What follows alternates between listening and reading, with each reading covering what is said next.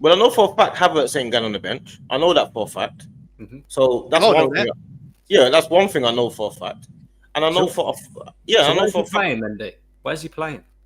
Who, Havertz? Yeah. This is the $1 million question. I've got no idea, but I know he's playing. There's no way on earth Havertz is starting on the bench for the. If we sign Sesko, for example, I guarantee you Sesko doesn't play for about 5, 6. Knowing days. this manager, Guaranteed. Knowing this manager, he'll put him out there on the left wing. Wouldn't surprise me.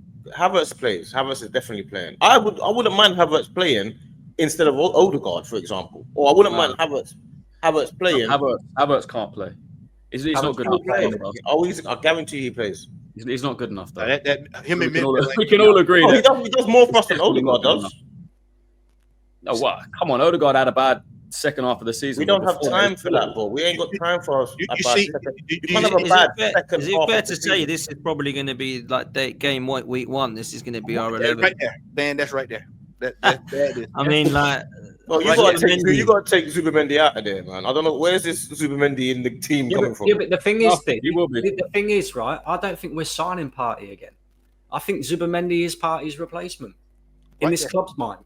Yeah, but Jorginho's gone as well. We need someone else. Yeah, but we'll probably go and do a cheapskate deal with Chelsea like we always do, or something like that. This is the same. This is the same team. This is the same team. This team here is exactly the same team. To me, Zubimendi is not even better than Partey. So this is exactly the same team. Yeah, but also, you know what this team is? This team is another second or third, isn't it? It's third. This is third, fourth right here. So how do we turn this? Like, forget strength in depth, because if you buy players in, that first 11 becomes your depth. So how do we make this second team? How do we turn that into a winning team for you? What positions are we upgrading? You take Havertz out first of all. Okay, so let's do that then. So we put what you want, Gyökeres? Put Gyökeres up front. Yeah, has to be not Sesko, because I don't even think Sesko's that much of an upgrade. So Sesko, Rodrigo left wing. Gyökeres comes in. Rodrigo left wing is. Do you think we're gonna get? You think we're gonna? Well, that's what you're saying that you want, or you're I don't think we probably won't. Oh, okay. I'm just saying to turn this into a title winning team. I've got to be honest. I think Odegaard has to hold bench as well. I think. And that needs to be for Havertz.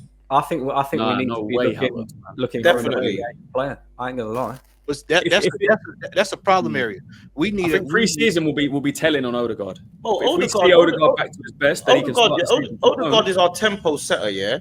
But what's the point of having a tempo setter when you've got no people that can put the ball in there? If we've got these two players, then it makes sense to have Odegaard in the team because we've got killers up front. If we've got no killers up front, what's the point of having a tempo setter? Yeah, but either way, whether we've got Odegaard firing again and back to his original form or not, we still need another creative player in this team.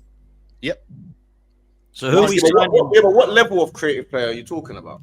Who are we signing? That's what I want to know. I don't want to be taking out Ødegaard and putting in someone we've already got. I want to be taking out Ødegaard because we've signed someone amazing. Exactly. I'm talking about a 10 because let's be honest, Ethan Nwaneri's going to be covered for Bukayo Saka on the right hand side. The manager had no interest in using Ethan in the 10 position when Ødegaard was out. So we're assuming that he prefers Ethan out on the right hand side. So, let's say we go into the season and Ødegaard doesn't pick up form or he gets injured again. Who's coming in? That's our problem, man. Yeah, what he will do, I know what he will do. He will play. If we do get this team, Nwaneri will be back up to Saka, Trossard will be back up to Ødegaard, and Martinelli will be back up to Rodrigo. That's because he's got this thing of playing Trossard in the 10 when he's terrible. But to me, Havertz and Ødegaard should be fighting for that position because Havertz, as much as he's not our favourite player, he doesn't let us down, and Ødegaard does. So Arteta likes to do this thing where players back up more than one position. What do you mean he doesn't let us down? Havertz never lets us down. Sorry? Say it again? Who am I talking to? What do you mean he never lets us down? How does Havertz doesn't let us down? How does he let us down? Well, he lets us down in the sense that he got moved to the 9 position because he was no good in the midfield. And Mikel Merino, who's never played in the 9, outscored him. I don't understand. So what are you saying? Havertz is dreadful, man. Mikel Merino and Havertz. Well, they did the similar Mikel thing. Merino, who's never ever played up front before, right, can score goals for fun in this Arsenal team. then yeah, I expect Havertz to score goals when he's in the 9. The point that I'm getting to is when you say he doesn't let us down. All right, letting us down. When you say let us down, to me, Havertz is not. He's not the problem in our team. He's only the problem when he's the main man. Havertz is a major problem, and I want to show you where he's a major problem at. This is the fact that we've got to try to figure out where he needs to go.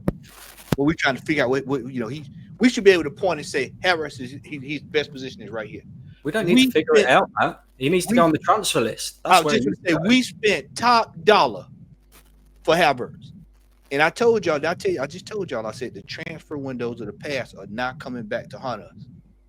Because, see, if we didn't spend that kind of money for 65 million for that to try to figure out where he needs to go, we could probably get somebody and move somebody in that position. See, this is what I'm saying. Our transfer business, on the surface, a lot of times, our fan base don't see the transfer right then. They see, oh, man, this is great. We got him in. The body's here, And then 3 years later, we have not the 65 million, Matty. It's the 280 grand a week. Yeah, but when Havertz wasn't playing, we missed him. Missed him? Well, when he was there, what about against United in the FA Cup when he missed? We can have the hold on. He's literally the sole reason we didn't win that game. He's also the sole reason we didn't win Martinelli's more of a problem against Newcastle. Yeah, the semi-final. Yeah, go back. Martinelli and Odegaard. Martinelli and Odegaard are two bigger problems than Havertz. The manager, when we were short, we've got two problems bigger than Havertz. When we were short on the striker, when we were short and we need an attacking option to move. Let's move. Hold on. Who do you think is a bigger letdown? Martinelli and Odegaard and Havertz. Rank them. Havertz by far. Oh, you're going crazy. Hang on. You just said when we didn't have Havertz, we missed him, right? Yeah, didn't miss him at all. No, I want you to answer that question. Answer that question though. Out of those 3 players, which 3 players were bigger issues for us this season? For this season. This season gone. Odegaard 100%. Yeah, 100%. And then who? Havertz. And then Havertz. Oh no way. Yeah. Well, D, I just explained to you, right, how Mikel Merino outscored him, right, who'd never played striker before. Also, when you said that we missed Havertz, well, we didn't miss him against Real Madrid when we knocked them out over 2 legs. We didn't miss him for large parts of the season. Because Mikel Merino was doing the job up front to a good enough standard, if not the same standard, maybe even slightly better. Same so type what of do we miss standard. about it? Right, but what I'm saying is, at the end of the day, what we needed to do was find another version of what Havertz was doing for us. That's what we had to do.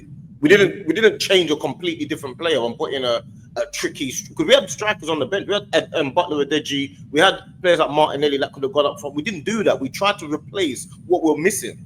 That's the point. So what we did, we went like for like. Yeah. And the difference is Merino can't press like Havertz, but he can. He ended up becoming a player that we didn't even know you could. Let me say this: Merino's end product, is better than Havertz. Merino's finishing, but we found that out because we tried to replicate Havertz. That's the point I'm making. Yeah, I get that. But what the point, again, the point that we want to make is since Havertz come into the team, right? The whole point of Havertz signing for Arsenal was he was supposed to be the missing piece for us to go and win a major trophy. I don't think anyone thought that, though. No Arsenal thought that. He was supposed to be the Xhaka replacement. That's what he was brought in for. The issue, he was Xhaka's replacement. The issue is Odegaard and Martinelli are the 2 biggest issues in this team. So, D, if there was a bid that came in 60 million for Havertz and 60 million for Ødegaard, would you accept the Ødegaard one and keep Havertz? 60 million? Yeah. No, the reason why I wouldn't is because I feel like if we had a striker, then that could negate what Odegaard's doing. I don't think Havertz can negate being in that position. But I'm saying, as a player, as the players who's let us down the most, it's easily by far and away Ødegaard. Mm-hmm. I'm in the same boat as you, mate. I'll be honest with you. I don't rate Ødegaard at all. There's a lot of people that do. I don't rate him at all. As a number 10, I expect you. I do rate him. I just think I think he's a good player, but I don't rate what he's about on the football pitch. And what I mean by that is, I think he is so naive in terms of his position and his positional. The positions he picks up on the pitch is unreal. Like drift out to the right. Never ever do I see that guy drift out to the left. try and come centrally. None of that. It's always right. And it becomes so predictable and so boring. Is that down to the manager and the manager's instructions? Potentially. Or is it just down to the fact that Ødegaard is actually a natural number 8 and not a creative midfielder at all?